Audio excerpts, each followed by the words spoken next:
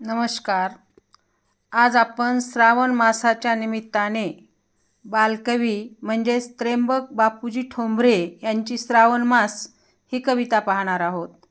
श्रावण मास हा सणावारांचा, वृत्तवैकल्यांचा, निसर्गाने फुलं आणि फळांचं मुक्त हस्त उधळण केलेला असा हा महिना. या महिन्यामध्ये पृथ्वीनं हिरवा शालू परिधान केलेला असतो. पृथ्वी सुंदरतेनं नटलेली असते आणि अशा या सृष्टीचं सुंदर असं वर्णन बालकवी ठोंबरे यांनी केलेलं आहे.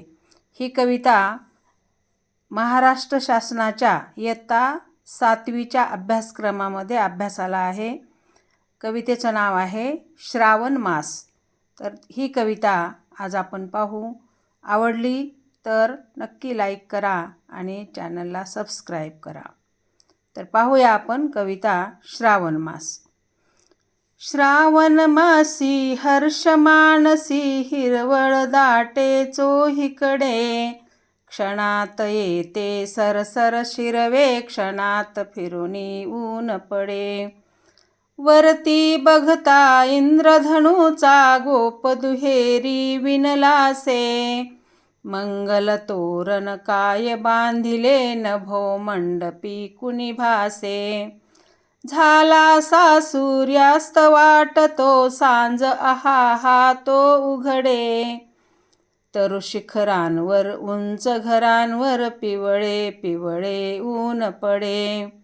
उठती वरती जलदांवरती अनंत संध्या राग पहा, सर्व नभावर होय रेखिले सुंदरतेचे रूप महा.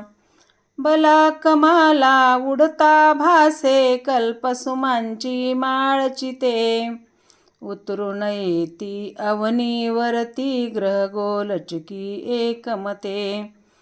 फडफड करुणी भिजले आपुले पंख पाखरे सावरती, सुंदर हरिणी हिरव्या कुरणी निज बाळांसह बागडती. खिल्लारे ही चरती राणी गोपही गाणी गात फिरे, मंजुळ पावा गायतयांचा श्रावण महिना एक सुरे. सुवर्ण चंपक फुलला विपिनी रम्य केवडा दरवळला, पारिजातही बघती भामा रोषमणीचा मावळला. सुंदर परडी घेऊन हाती पुरोपकंठी शुद्धमती, सुंदर बाला या फुलमाला रम्य फुले पत्री खुडती. देवदर्शना निघती ललना हर्ष माईना हृदयात, वदनी त्यांच्या वाचून घ्यावे श्रावण महिन्याचे गीत. वदनी त्यांच्या वाचून घ्यावे श्रावण महिन्याचे गीत. श्रावण मासी हर्ष मानसी हिरवळ दाटे चोहीकडे, क्षणात येते सरसर शिरवे क्षणात फिरुनी ऊन पडे. धन्यवाद.